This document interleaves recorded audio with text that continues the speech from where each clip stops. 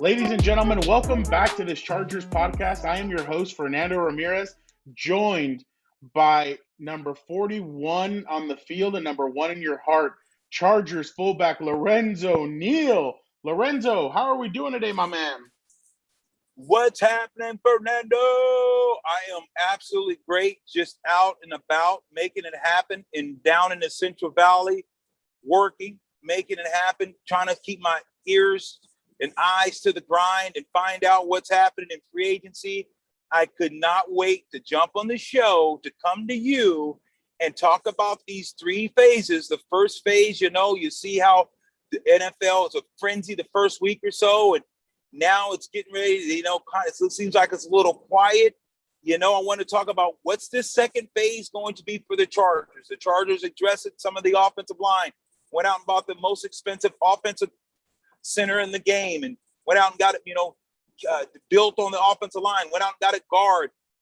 What's next? What's this next phase of players you think the Chargers are going to be going after? Well, Lorenzo, they have a very good team. I mean, a good basis, but now it's about building up on that. What concerns me a little bit about them is the depth around the team. And you remember, Lorenzo, in your 06 team, you guys had depth at almost every position, in my opinion.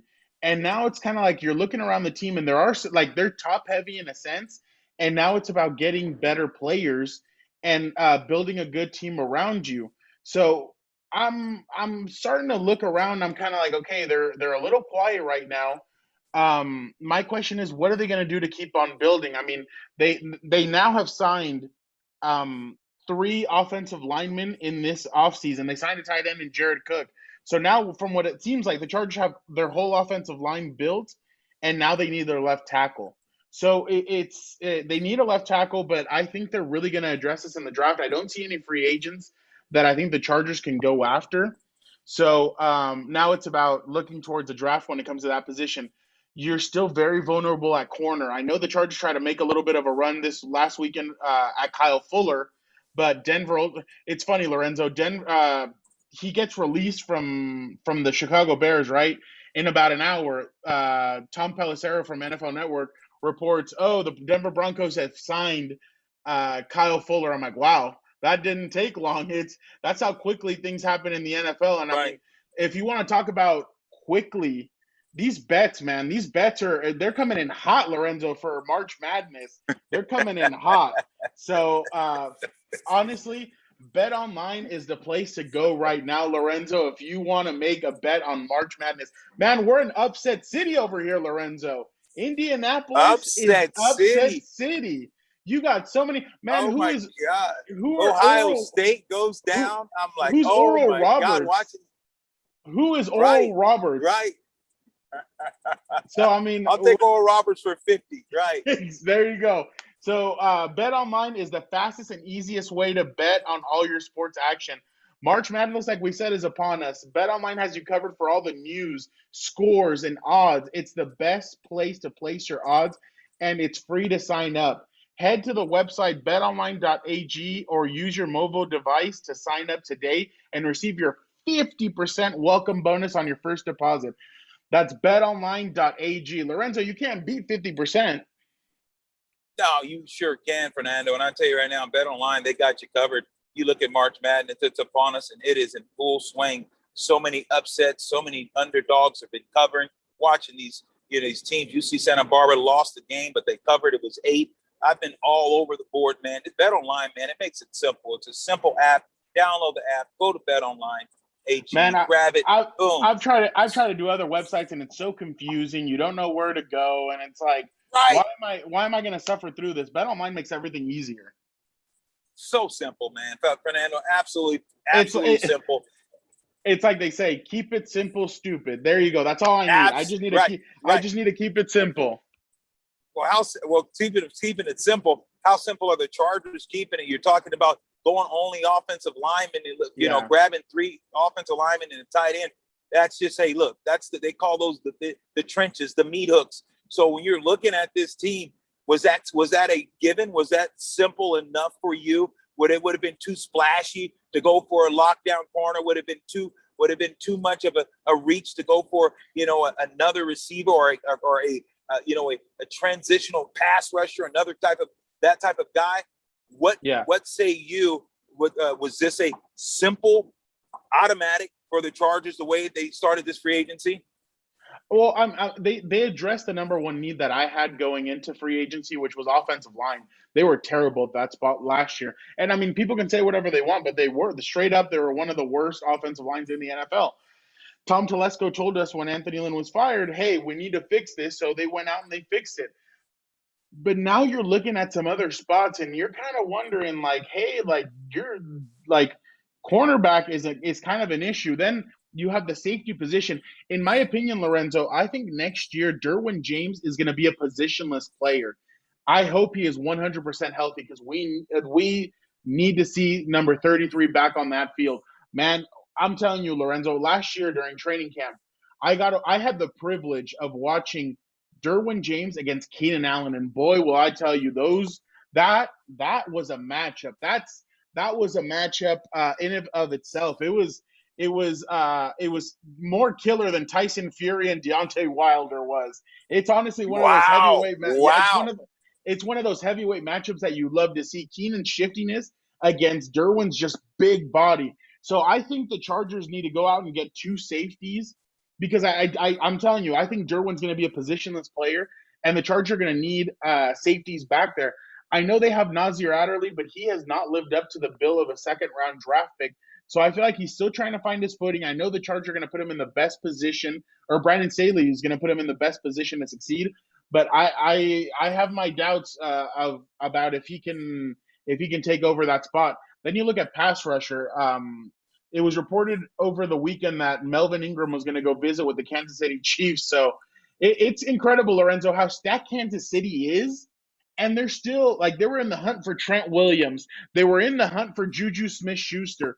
They're in the hunt. They're going out and getting playmakers, Lorenzo, because they know that their window for Super Bowl, it's still open, but they need more pieces. And it feels like Kansas City's a lot more active in a sense than kind of the Chargers are, who the Chargers haven't made the playoffs in a couple of years. So it really is interesting to see how hungry Kansas City is to get more players. And the Chargers are a little bit easing off a little bit, kind of waiting to see what they can get. But there's a lot of position. And like you said, receiver, they still need a third, in my opinion, a third receiver because they need more speed. They don't have that speed that Kansas City does. That now it looks like the Jets could have speed with Corey Davis. Now you see some of these teams, Washington with Curtis Samuel. You see some of these teams adding speed. The Chargers need to add speed on this offense. So there's a lot of glaring needs, and I'm really interested to see in this second tier what the Chargers are going to be able to do because you've been on playoff teams, Lorenzo, and you know how impactful it is. One, to have depth, and two, to have playmakers around your whole team. Oh, without a doubt. And I think it's interesting. I think the best thing going back, a step or two from when you were talking earlier, you talk about Kansas City staying active and things they're doing. It's kind of shocking you to seeing how aggressive they are, even though they're a good team. The best thing could have happened to Kansas City, I think, is losing the Super Bowl. It got to show that, hey, look how far they are defensively. It got to show that, hey, if Mahomes is not on, if Mahomes don't have time, if Mahomes can't carry you, your team is not that good. You don't get turnovers. You don't create opportunity. If Mahomes isn't carrying the team, he had a multitude of problems. And so I think that's why you see Kansas City saying, you know what, we want this guy to last because he ran for, 400, 500 yards, Mahomes in the Super Bowl running for his life. They said that's how many yards he ran for, 500 yards, just running around for his life. Goes to show you, it's like, look, if this guy can't, we can't ask him to do this because there's a guy right now that you talked about last week and you and I talked about, and we talk about, is he unhappy? Is it going to be salvageable? And that's, none other than Russell Wilson. Russell Wilson is tired of being that guy, being Houdini, who's carrying the team and making all these plays. So he's like, no, you got to give me some weapons. You got to protect me, or I want out. Look at how quick those things happen. And I think Kansas City saw that with Mahomes and said, we got to do something. And it's interesting, man, because it's just a lot of things, Fernando, little things that you and I would talk about. Like, for instance, you're talking about Tom Brady. What has he done that makes him unique? Restructuring his deal. And what is now Mahomes saying, if Big Brother does it, I can do the same thing. I'm going to do what he's doing because I know Tom Brady understands what it's like to win. And look at now, when you see Kansas City, Mahomes already first year into his new deal, restructured his contract in order why? To give the team room to the salary to bring in other players. And you know what's interesting, Lorenzo, is I feel like in a sense, and I mean, this isn't a negative or anything, but I feel like Patrick Mahomes was kind of brought back down, and Kansas City as a whole, the team was brought back down to planet Earth. They were on a high, Lorenzo. Yeah. They really had Yes. won all these games. Even when they lost to Las Vegas this year, it felt kind of like not a fluke win, but it felt like maybe Kansas City just had an off day. So any of their losses this year, it felt like they weren't losses. They were just, Kansas City maybe wasn't feeling it. They struggled in some games to kind of get in there. I mean, I remember they faced Atlanta this year and they only won by a field goal.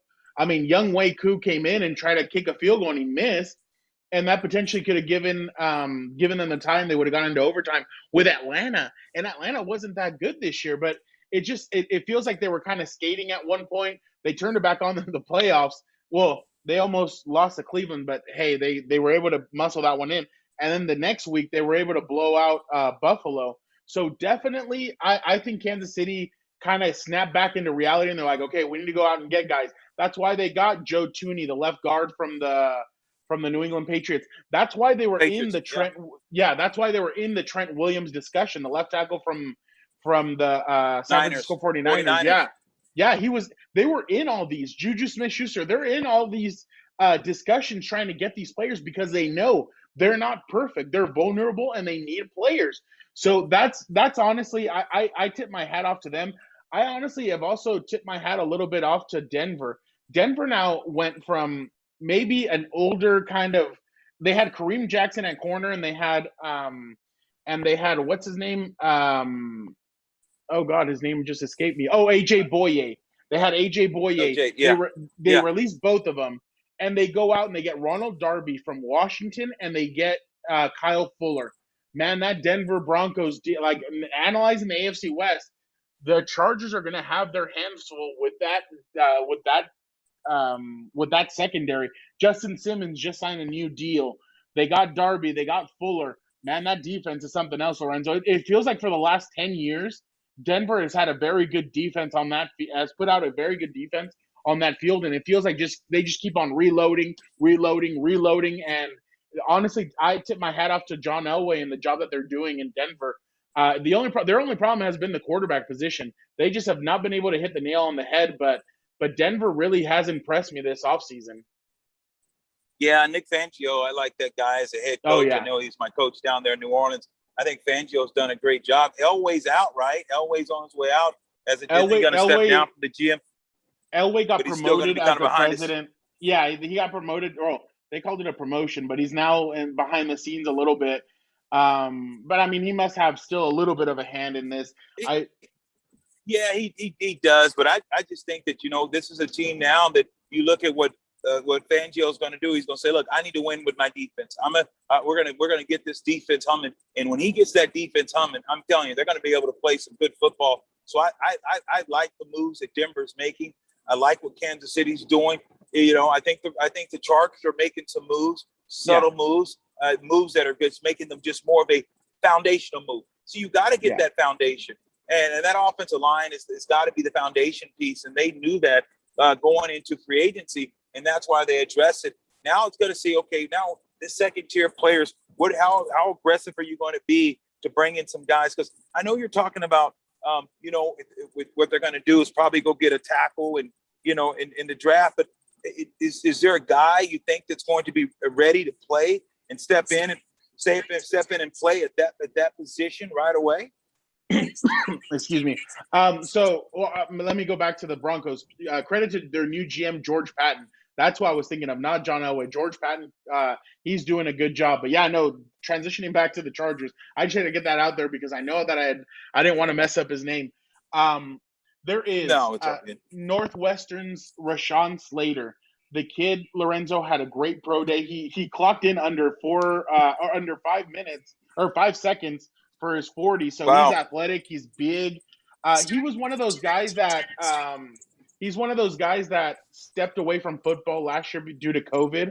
So he didn't play last season, but he has a lot of tape to go after. Rashawn Slater is one of those guys that really could step in there for the Chargers, and he could be the left tackle for years to come.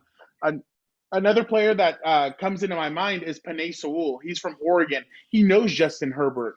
So he knows exactly who Justin Herbert is and everything, and they've been together. It's funny because Penei Sewell, before the Rose Bowl, they asked him about blocking for being a left tackle and what that means. He's like, Justin Herbert is my brother. I'm not going to let anybody go and get to him. So him and Justin already have a relationship. Justin spoke about him when we talked to him at the end of the season, and he said, "Man, Penei is talented. I think he's going to be a top. He should be a top. He said he should be a top 3 pick, and I think he's going to be one of the best left tackles in the game." The thing is, right now, it seems like it might be a quarterback and receiver kind of driven top 10 selections. So maybe he drops down to about 10. One of them drops down to about 10, maybe 11. The Chargers pick at 13. If one of them's on the board, the Chargers might have to trade up with the Dallas Cowboys and snatch one of them up, because literally, if you can get Penei Sewell or if you can get Rashawn Slater to be your left tackle for the next 15 years, Justin Herbert's going to be in great hands because of how athletic both of them are and because of the kind of linemen that they are. But, I mean, Lorenzo, you know exactly how important a left tackle is. You played with Marcus McNeil. You played with a lot of numerous left tackles. Can you just talk about, for maybe some of the fans who don't know how important, because offensive lines, unless an offensive line is terrible or it's very good, you really don't hear much about them. But can you explain a little bit about how important that left tackle position is? No question. I was in my days in New Orleans. I had a pretty good one named Willie Rope. I think you've heard of him. And then Yes, he went on to play with Kansas City. Just an amazing left tackle, could dance with the best of them. When you're playing left tackle, you want to make sure that guy is able to be able to run blocker, but also in the pass, because you know that you're going to have to drop back, and your quarterback, you want to make sure that left tackles protect. Most of these quarterbacks are right-handed, so that's their blind side. That's why those guys get paid that big money. You want to make sure a guy's fearless. You want to make sure a guy's got enough weight and enough lead in the behind for him to sit down, because you know what? You want to make sure that that's that position that you can't miss on. Left tackle, you can sometimes miss on a right tackle, and you can bring the tight end over to that side and you guys can double team. You can slide protection. But when you got a left tackle, your left tackle is supposed to be left on the island. It's supposed to be the one-on-one. If you got an extra lineman, you better slide your tackle, to not usually slide left. You supposed to slide the opposite way. So that's supposed to be your one position, especially when it comes to offense, that you have solidified, that individual can hold it down, that you don't have to make sure that he needs help with other blockers, and you don't have to keep the running back in the backfield. If you're going to keep him in the backfield, if you're going to keep the tight end, it's not to usually help your left tackle. So without a doubt, Fernando, you got to make sure you don't miss on that. 100%, Lorenzo. And right now, you know what? I'm going to call a little bit of a timeout, because here's something you might not know about me, Lorenzo, but I'm going to dominate in 2021. As soon as 2020 ended, I took a good look in the rearview mirror and I said, F you, 2020. 2021 is the year for me. Is all about self-care, love, which means I'm focusing on being happy, being relaxed. Mental clarity is the first step to my better life, which is why I've been taking down Sunday Scaries, CBD gummy bears like candy. When my mind starts racing or I need to decompress, I simply pop 2 gummies. In 20 minutes, I have max relax mode. That's what we all need, Lorenzo. We need max relax mode, and that's what I'm all about. So, Lorenzo, if you need some of these, I got you at a 25% off to prove it. Visit sundayscaries.com and use my promo code BELIEVE, BLEAV, for your discount. That's the promo code BELIEVE for a 25% off. Sundayscaries.com. They're effing amazing, and you won't regret in joining their squad. That's friggin' awesome. I tell you what, I look at, CBD, and it's been so taboo when you think about THC and CBD, and for so long, Fernando, those things have been taboo, and what's wrong? And people don't understand CBD that doesn't have THC, so you don't have that cycle, Yep. that cycle part of it where you hallucinate and do different things. So it just has, so that it doesn't have the THC. So CBD, there's kids that are taking it. CBD is known that it's help with inflammation. It's helped with anxiety. These now people understand the importance of how people are using, medical Yep. marijuana, as well as CBD and THC for benefits, health benefits. You look at a lot of these things, and I think it's great that everyone's starting to become more educated Yes, about sir. this. So yeah, I'd love to try out some of those gummies. So yes, absolutely, There send you them go, my way, Lorenzo. baby. I got you, Lorenzo. Only because you're my boy. I can appreciate that. No problem. I can appreciate that. But no, so going back to NFL free agency, Lorenzo, has there been a team that has jumped out? And I know, I mean, right now we're all going to fall in love with certain teams because of the splashy moves and all this stuff.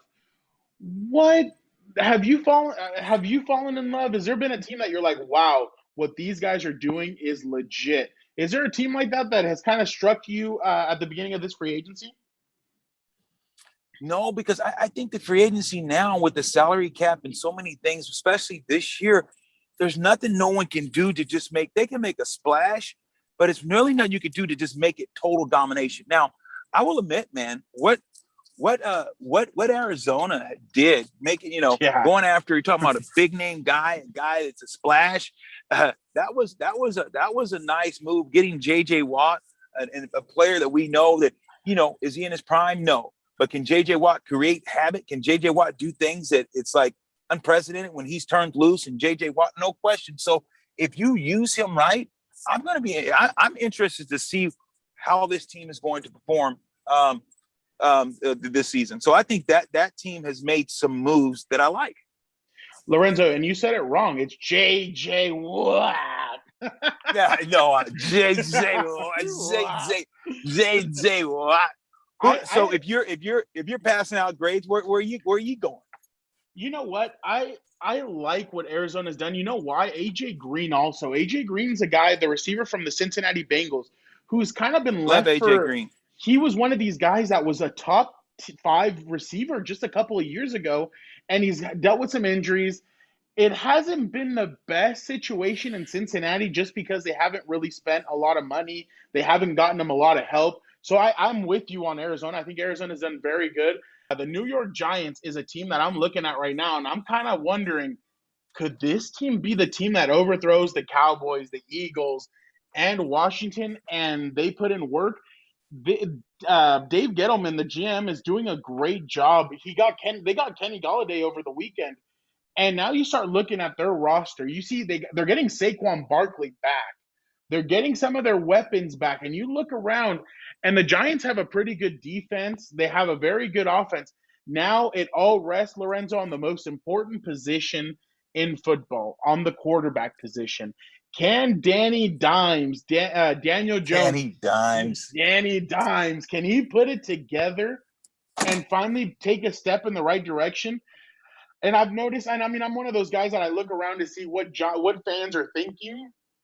Half of the Giants fans that I've seen are not happy with Daniel Jones. The other half are ecstatic and feels like Kenny Galladay could be the thing that finally takes them over.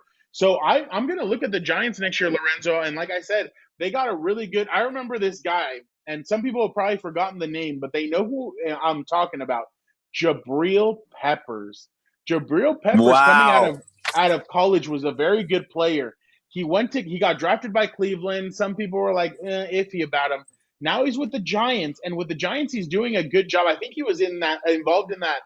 I think he was involved in that Odell Beckham Jr. trade, and he's been doing a very good job for New York. So I'm very interested to see the way New York puts it together next year. And hey, this year they were a couple of hiccups away from making a playoff appearance, but they just couldn't hang at the end, and it was Washington that went on.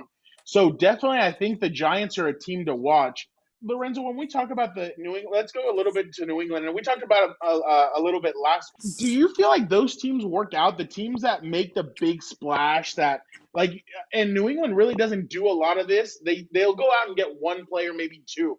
But right now, they've just been getting a lot of players, and they're getting a lot of players back, and all this. But do you feel like this formula can work in the NFL? What New England's doing, getting all these, getting Hunter Henry, Jonnu Smith, Kendrick Bourne, getting all these like big, not big time players, but very good players, spending a lot of money. They're throwing out cash left and right. Do you feel like that formula can work? I think so, but why do it now? Why wouldn't you do it when Tom Brady was there? I think Belichick is out That to was the say, you know what, question. I got to prove a point. Right, right. I know exactly where you're going with this. And all of a sudden now they want to spin because they realize Belichick now, is he in the hot seat? I mean, I know he's not, but is he going to win us? Tom Brady's already won a Super Bowl. Yeah. Belichick, is he going to win his other Super Bowl? Is this now? You got to realize who is this on as far as legacy. So you look at Belichick, he's going to fight like hell next year to get in the playoffs. He's going to do whatever.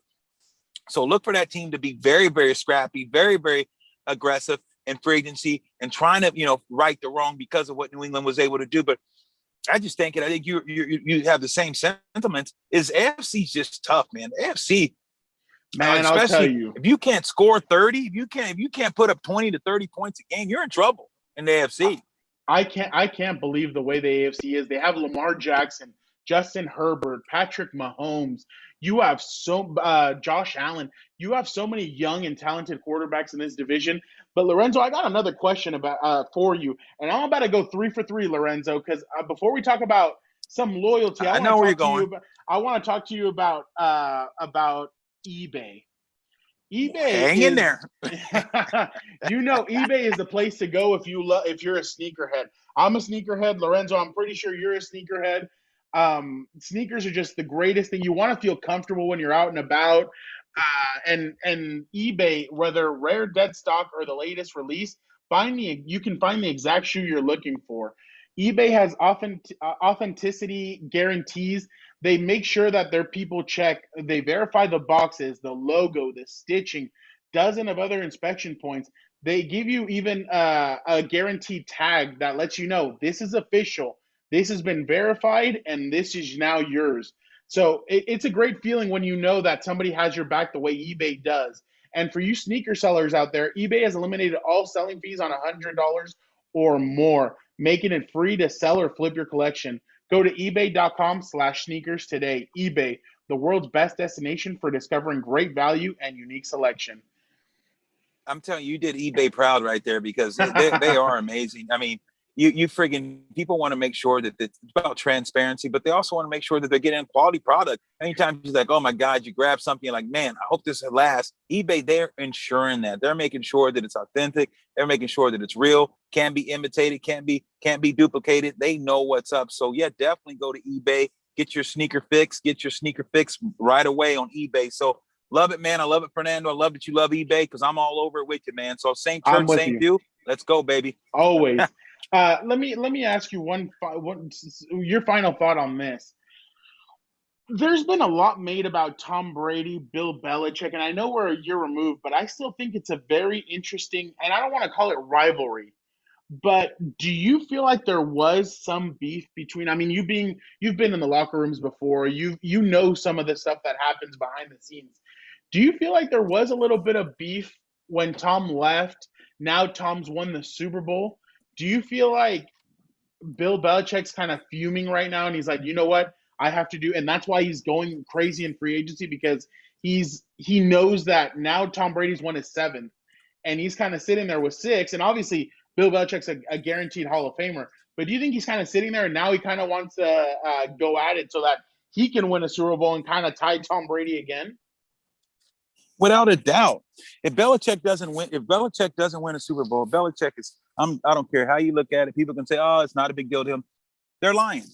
They are absolutely 1000%. That is the farthest thing from the truth. If he doesn't win a Super Bowl because Tom Brady left your facility and you no longer have Tom Brady, and if you can't win and show people that you can win without Tom Brady, because Tom Brady, guess what he did? He just went and won without you. He won a Super Bowl without you. And he was the MVP without you. He took that team and did what everyone knew that Tom Brady could do. He was Tom Brady-esque, and he absolutely, carried that team to the Super Bowl. Think about what he did to those men. Think about how he empowered those guys. So without a doubt, This is personal. And you heard Tom Brady's family and dad and everyone talking about, what New England did, what he meant to that place. And Belichick, sometimes coaches believe that they believe that it's about them. Look, does coaching help? Absolutely. But man, you better make sure you have the talent. And you better make sure you have the right talent. And you better make sure you have the person the person that you're putting that faith in that's going to help you win. You better make sure you're on a good rapport with him. And I'll tell you right now, yes. So yes, is it a rival? No question, it's a rival. And guess what? One for Tom Brady. Tom Brady's winning this battle right now. Man, I'm so mad that we don't get to see Tom Brady against Bill Belichick this next season, because it would be so much fun to watch both of them go at each other. Like, if there was a game, there'd be a little, maybe a back tap or something. But I would love to see these two go at it next year. It would just be so much fun to see those two be able to go at it, just because of what you said. Question. I would be all over it. Fernando, man, you got me so fired up. I would absolutely love to see those two go at it. That would be a match made in heaven. That the fans, the ratings, people would love to see that. And who would love it more? Tom Brady. I think Tom Brady would absolutely love it, because he knows Bruce Arians and that team in Tampa Bay. They said, Tommy, tell us what you need to win. And I think it was evident that when you watch the way that this team played, watch the way that the way the Patriots played, and then you watch the way that Tampa Bay played. Tampa Bay, you saw this year, they played, and Tom Brady, whatever he demanded of guys, you saw they would give it to him. Man, and what's crazy, Lorenzo, is honestly I thought we could possibly see what, Lorenzo? I mean, honestly, I just want to see Tom. I thought this year that could have been the Super Bowl. I was kind of hoping that would be the Super Bowl, because what they say, Psycho Tom comes out, and he did at the Super Bowl. He was Psycho Tom. He was Psycho Tom in the playoffs. I would love to see fired up Tom Brady against Bill Belichick in the Super Bowl. That, to me, would be the matchup to really watch. Just the back and forth and everything. I just think it'd be a great Super Bowl. It would be absolutely legendary. But I tell you, I just want, if it is going to be, I want New England to have the talent to be there, because they tell you right now, when you just look at Tampa Bay, they're poised for another run. When you think about the weapons that he's going to have and the demand, you got to realize Tom Brady, the demand that he puts on his teammates. I think you've seen that, and guys got to see that. There's several teams. If Tom Brady was on several teams last year, they would have won a Super Bowl. If he was on the Saints, they would have won the Super Bowl. If he was, if you think of barring injuries, if he was on Indianapolis, Indianapolis, maybe. Yes, I think, yes. You know what? That's a great Indianapolis, maybe. San Francisco 49ers, they would have gotten the playoffs without a doubt. 100%. So you think about that, and that's the thing that people are taking for granted. When you have a quarterback of that magnitude, you're guaranteed at least the playoffs. And what Tampa Bay is doing right now, I don't know how they're keeping all these guys together. They have a cap wizard over there. Like, they have Harry Potter doing their cap, because, to be honest, I mean, I don't know how they're keeping all these guys, and they're keeping it under the cap. And I mean, it just goes to show you, Lorenzo, like we've talked about before, what Tom Brady does with taking all these pay cuts. And I know he has. I know that obviously that him and his wife have a lot of money. She's done a great job with her career. He's done a great job in his. But him taking pay cuts has really helped his teams be able to make runs for Super Bowls, just because of all the years that he's taken all these pay cuts. That's why Tom Brady and whatever team he's on, they're always there, because of that reason. He takes a pay cut and he says, you know what, pay my guys, get me weapons, let's do it, let's go make another run. And guys want to win. That's the thing. Yep. Guys want to win. He's like, look, you go somewhere else. You could go somewhere else, but why take chances?